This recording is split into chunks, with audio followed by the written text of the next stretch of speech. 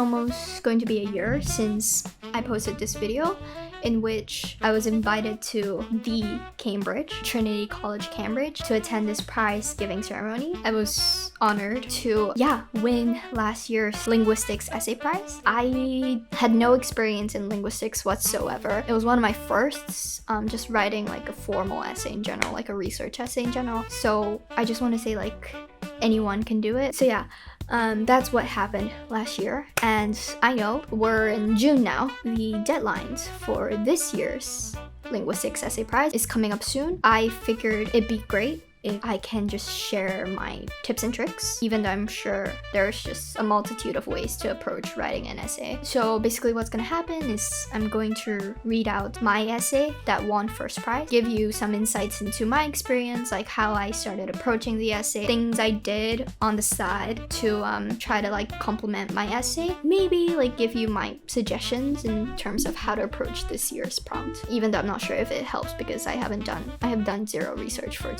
this year's prompt. Yeah, apparently I cannot submit for another year if I'd already submitted another year. I don't know. I've got to check because I saw this like confirmation that I have to confirm that I have not submitted an essay in another year. So I'm passing on the beta to you guys, okay?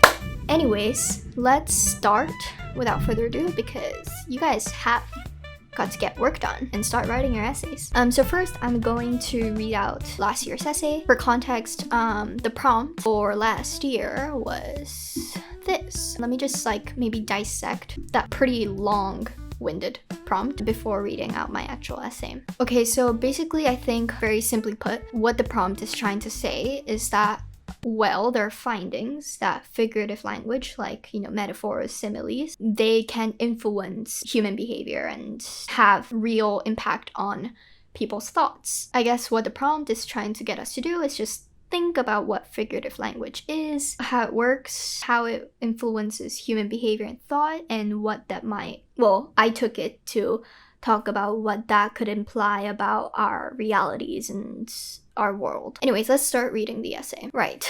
I actually don't know how to pronounce this title, which is kind of embarrassing.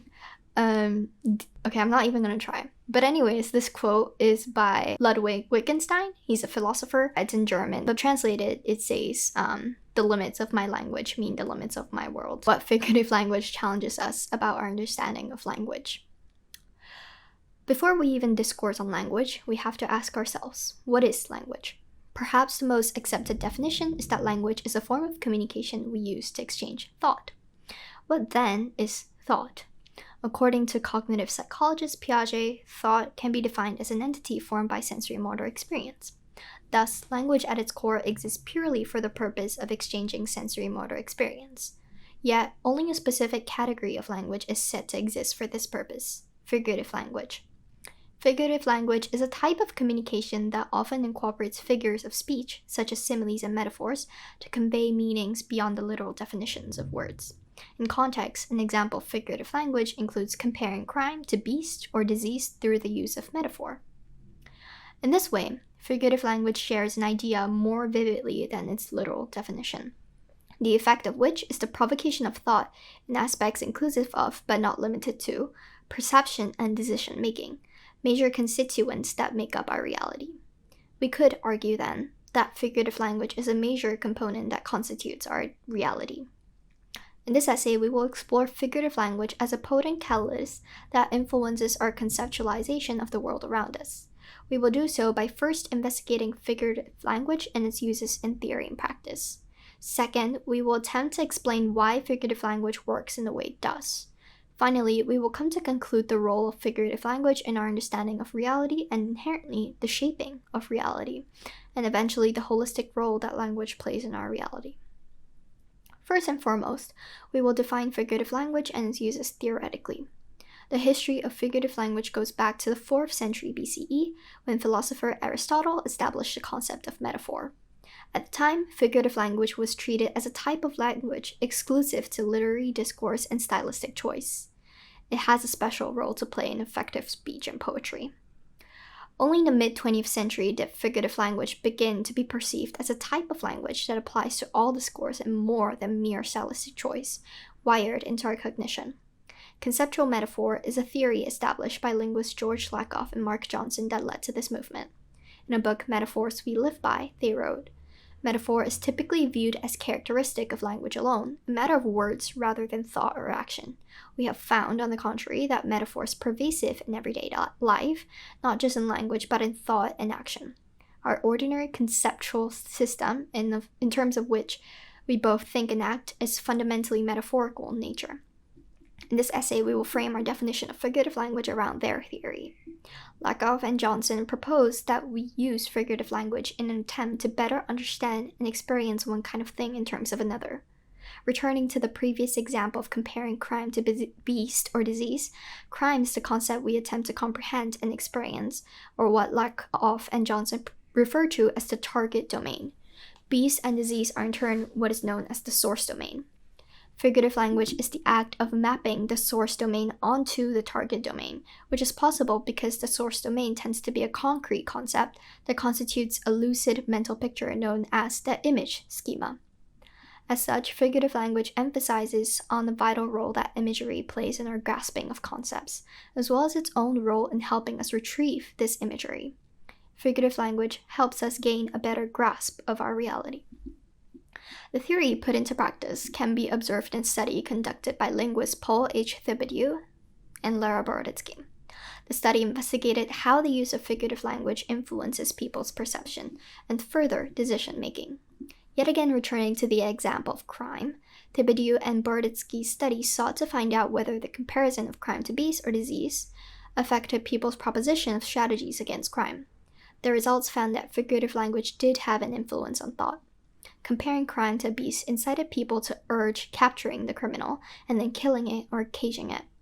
On the other hand, comparing crime to disease instigated them to urge investigating the source of the crime and implementing social reforms and prevention measures to decrease the spread of crime. We can clearly see people's image schemas of beast and disease transplanted onto their interpretation of crime, as the measures they suggested to be implemented against crime corresponded with the respective measures that are typically put into place against beast and disease.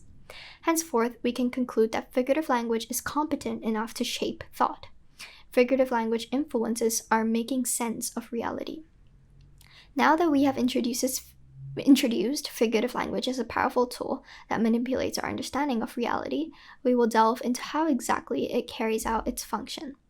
When we converse on the influence of figurative language, we must converse on the influence of our senses on thought. After all, figurative language refers to language that maps image schemas across cognitive domains. For psychologist Piaget, we are at the most fundamental level sensory motor organisms. His theory of stages of cognitive development states that before symbolic functioning and reasoning enter our cognition, both of which are functions that language can be attributed to, our cognition only consists of the ability to allow senses and movement. Early brain development consists mainly of the development of the cerebellum and medulla oblongata, responsible for things like controlling physical skills and involuntary responses, as well as processing sense information. Input of visual, auditory, olfactory, gustatory, and tactile information is modes innate to our bodily existence. We are programmed to process sensory motor information better than language. Figurative language is a type of language that recognizes this and utilizes language to retrieve sensory motor information. Neuroimaging studies of metaphor, such as the study conducted by Pint, Besson, Robinson, and Polly, back up at this point. Through the use of the EEG system, they discover quantifiable evidence that figurative language produces larger levels of neural indications of comprehension than literal language does. Meaning, we can make figurative language out better than other types of language due to our inseparability with sensory motor experience. This all goes to show how dependent we are on figurative language to grasp concepts, thereby proving a major claim made in this essay: our reality is realized metaphorically. Thus far, we have concluded the undeniable role that figurative language plays in our notion of reality. For instance, figurative language has the capacity to ingrain biases in regard to crime. As observed in Thibodeau and Boroditsky's study, these biases could form disparities in people's preferred solutions to tackle crime. And what if these solutions are taken action for? The the judicial system may impose different forms of punishment that they deem appropriate based on the figurative language used. Comparing crime to beast or disease could have corporeal consequences for the criminals. When we say that figurative language has an effect on our understanding of reality, there is a direct implication that figurative language has an effect on reality itself. Our reality is not only conceptualized, but also constructed metaphorically. Most concerning, however, is the fact that people are not aware of this figurative language at play. In Thibodeau and Broditsky's study, participants were aware of the change that occurred in the preferred solutions of measures to tackle crime. However, they associated this change in opinion with the crime statistics, which, by the way, remained constant throughout the experiment instead of figurative language. Consistent with the killjoy theory proposed by cognitive scientist Steven Pinker, figurative language has the capability to influence thought without our knowledge of it. This cognitive condition can be explained by the dead metaphor. Also known as a frozen metaphor or historical metaphor, a dead metaphor can be defined as a figure of speech that is so cliché that has risen in its effectiveness to modify thought. Comprehensively, the term is used to explain the condition wherein the overuse of a metaphor causes it to become so embedded into our language that it is forgotten of its rudimentary nature as a metaphor, a representation and not a reproduction of concepts, and understood as a literal statement. This theory has been scientifically proven by Brian Boldel and Dedra Gentner in their study titled The Career of Metaphor. They found that the more conventionalized a figurative language becomes, it is more quickly and therefore easily understood when phrased as a metaphor rather than a simile. Our love is a drug versus our love is like a drug. Meaning figurative language is more easily processed when the comparison is enigmatic rather than explicit. Making the comparison enigmatic would in turn result in our understanding of a figurative statement as a literal one. Henceforth, the more frequently a figurative language is used, the more capable it becomes in instilling ideas that will become most inbred and that we treat as our reality without our consciousness.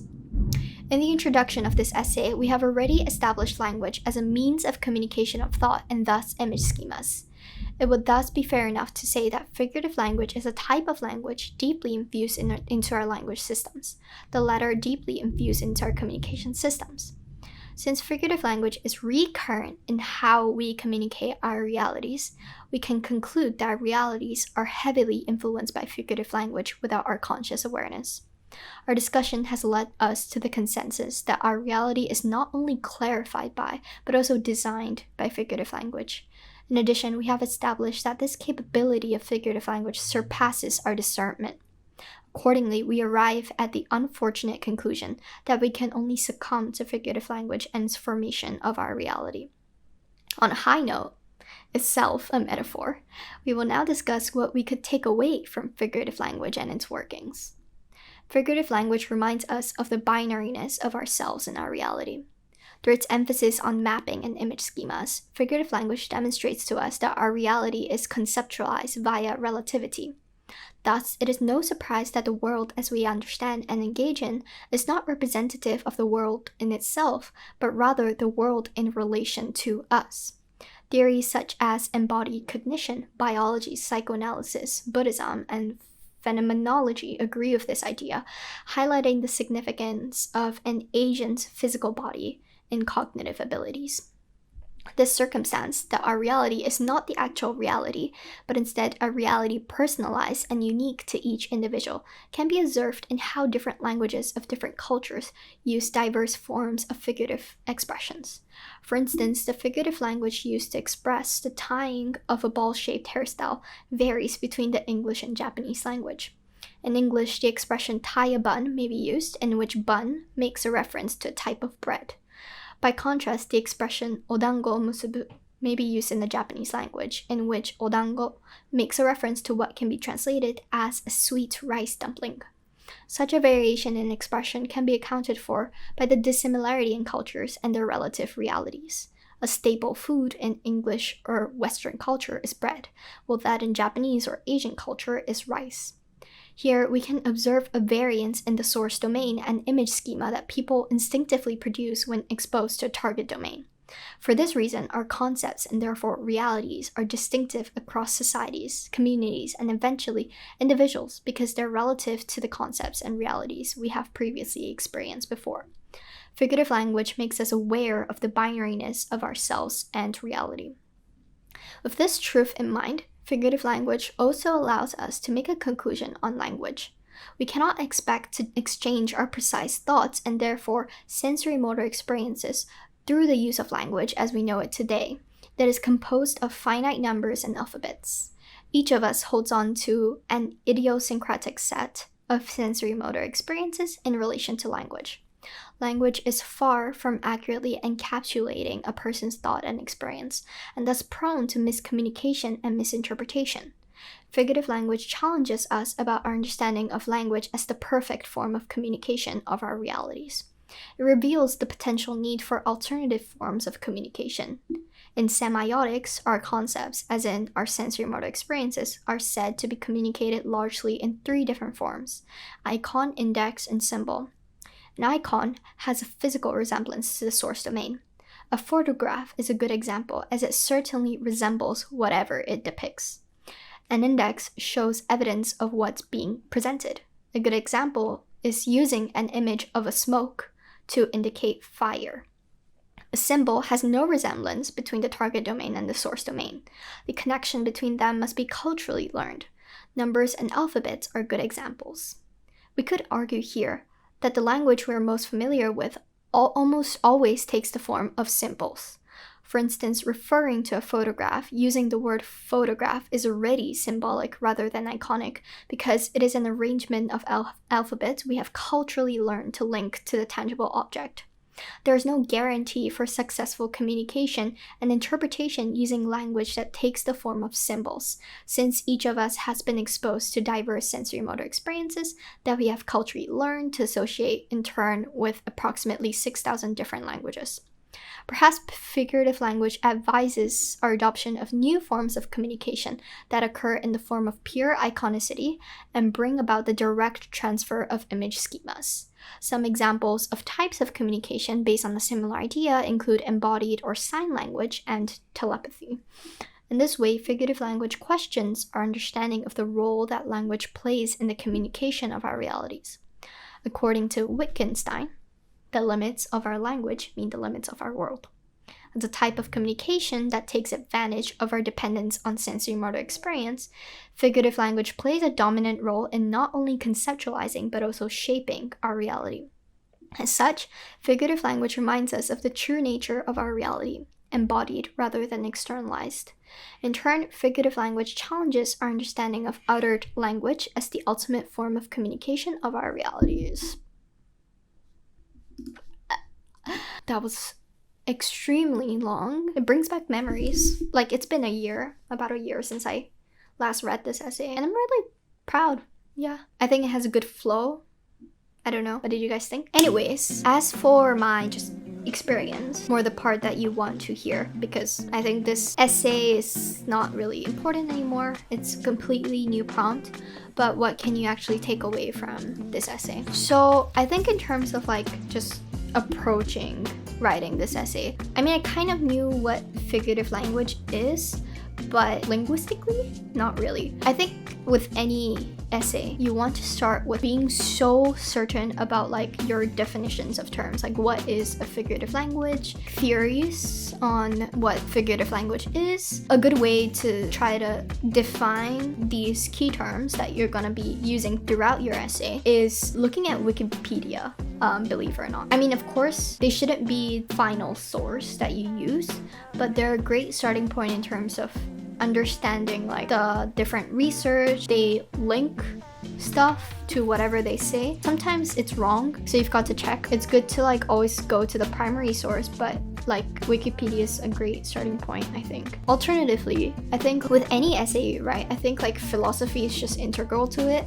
Like you start with theories. So going to like Stanford Encyclopedia Philosophy is great, like in terms of they give you like a general overview of ideas to start with and sources. So I think you've already seen how I structured my essay. I started with, defining the terms and kind of giving an overview of what I'm gonna do in this essay, talking about the theory and then looking at the empirical evidence, the studies, and then after that more of the why this is possible, why figurative language can influence thought. I kind of just added that in because I wanted to add my prior knowledge to this essay. Like, I took psychology, so I wanted to bring in some like cognitive aspects to why our brain processes sensory motor stimulus better than language, and how figurative language, you know, takes advantage of that. I tried to utilize my existing knowledge of psychology, take advantage and like make connections, because linguistics, I think, is very like interdisciplinary in nature, of course from language, but also psychology, computing, biology too. And then I transitioned into figurative language, constructing our reality as a result of that. But yeah, you can really like take it in different directions. At first, like, you should just like expose yourself to different research materials while reading the sources. Like, try to like summarize that source in like 1 or 2 sentences, and like possible ideas for how you can implement it in your paper. You don't have to be reading like the entirety of each source. You can just get like the basic idea, like research, like papers.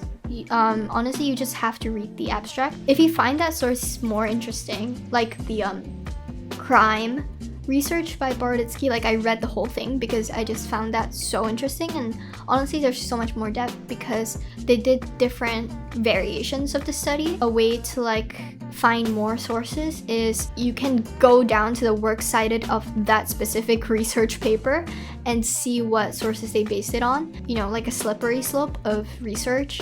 I think I just want to like recognize underneath the prompt they give you a list of readings that you can start your research from, which I think is really kind and just really considerate that people like me who don't know anything about linguistics have somewhere to start from. Honestly, like most of the sources I cited in my essay came from the list of readings that they recommended. You don't have to like read all of them, but I think they give you like a pretty good idea of relevant research to the prompt. So definitely like start from there if you have no idea. Honestly, even if you have an idea, I think it's good to like read this list of it doesn't make you like incompetent in any way. I mean, I'm evidence. Like I won, even though most of my sources came from this list. But after like reading like 5 to 10 resources, I think it's good to like do a mind map of how you might want to structure your essay. So as you can see, I wrote in the black like define figurative language, establish that connection using theory and empirical evidence, and the how that works, the why, right? My final essay was actually like my second real draft. Like my first draft, it kind of failed. I just tried writing after doing that brainstorming. By trial and error, you definitely start to realize like, okay, this is not really like conveying my point, or this is just not in a good chronological order to express ideas. So then you go back to reading or like go back to the brainstorming, and then I kind of started on a fresh page. Honestly, like trying to like restructure things first, like have a good structure first, and then putting in the content. And I think like one thing that I really try to be conscious of is making sure like I always like ended my paragraph with a summary of like, okay, so what is this paragraph trying to say? Like, okay, so in this paragraph I'm gonna do this, in this paragraph I'm gonna do this, and always like summing up like, okay, so in this paragraph I did this, next we'll be talking about this and why it's important, and then talking about the content, like the research, blah blah blah, like throwing it in, and then explaining why this research is important to making my point. Don't leave your reader stuck in one section of the essay. Even if they don't read the whole paragraph, like just by reading like the first few sentences and the last few sentences, they know like what that paragraph was about. And then of course, you have to be just prepared to write a bunch. Honestly, like don't do from top to bottom, like kind of, you know, play around and like move around different paragraphs as you're working, because you're not gonna have like a perfect draft first. So it's better to just have your ideas there first before you start to fix your grammar and like syntax and flow. Oh, this is a very like important point. Have a works cited page from the very beginning, because what you don't want to end up doing is like you don't remember what sources you use. A good site I use to like keep track is the Purdue OWL MLA. Like I used MLA citation. I'm not sure if they allowed other types of citations, but I find MLA to be pretty easy. And honestly, like take advantage of like your prior knowledge. I mean, I already said this, but you know, if psychology is your thing, include that. Computing is your thing, then include that. If culture is your thing, then do that. I'm a Japanese.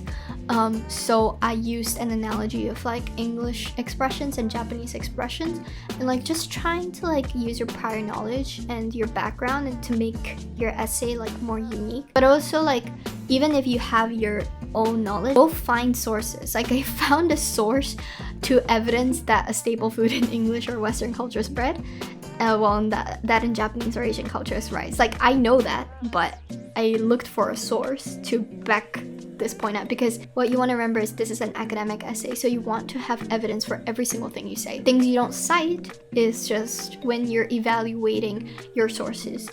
That's the only part you don't add in-text citations. Whenever you're describing anything, whenever you're introducing anything, you are adding a source. Even if it's just like common knowledge, like common sense knowledge, like find a source is what I suggest. One final tip is that like, I mean, this comes from me as I'm applying to college this year. Even if you're not applying to college, I think it's good if you're applying for like essay prizes, essay competitions like this, like to reach out to people. I mean, like it's kind of with luck, but basically I was interested in like Stanford and linguistics. So I reached out to a Stanford PhD social linguistics student to see if I can, you know, have a chat with her. She was Singaporean too, and it was her summer break, I think. So we had a coffee chat, literally like we met up and we had a coffee chat. We just talked about linguistics and like her own research. I think she was researching on Singlish.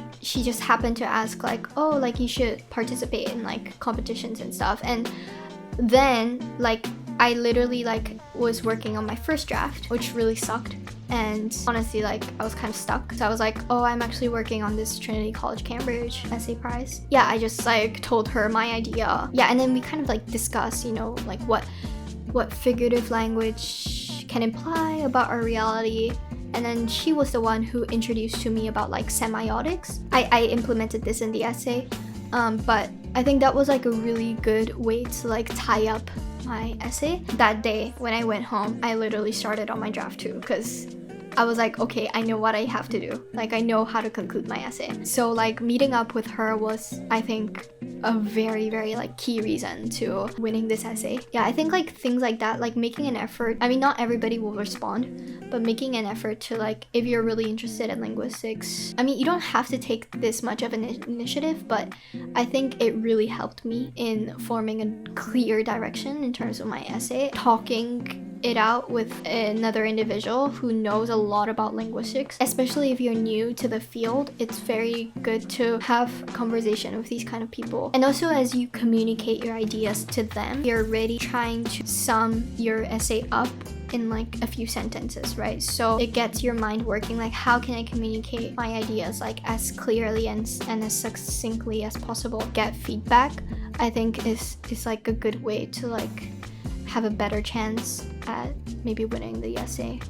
And then finally, like in terms of this year's essay topic, I think if you want to take my advice on like just talking to individuals, because this is kind of like a specific type of group that you're dealing with, like neurodivergent individuals. I think it'd be interesting if you even like conduct your own research, like to talk to neurodivergent people and reach out to them. Also just reach out to like, you know, professors or students who are learning about linguistics. Also just defining what neurodivergence is. Honestly, I think that's a really difficult part of this essay. Also meaning making, maybe it's good to like look at semantics and pragmatics. If you don't know the difference, you should look it up. But simply put, like semantics is the literal meaning and pragmatics is the implied meaning. Yeah, maybe you can kind of incorporate those key terms into your essay. If you're interested in psychology, maybe like looking at the cognitive aspects of how do we reason. Honestly, this is kind of difficult, especially if like what is neurodivergence, I think is like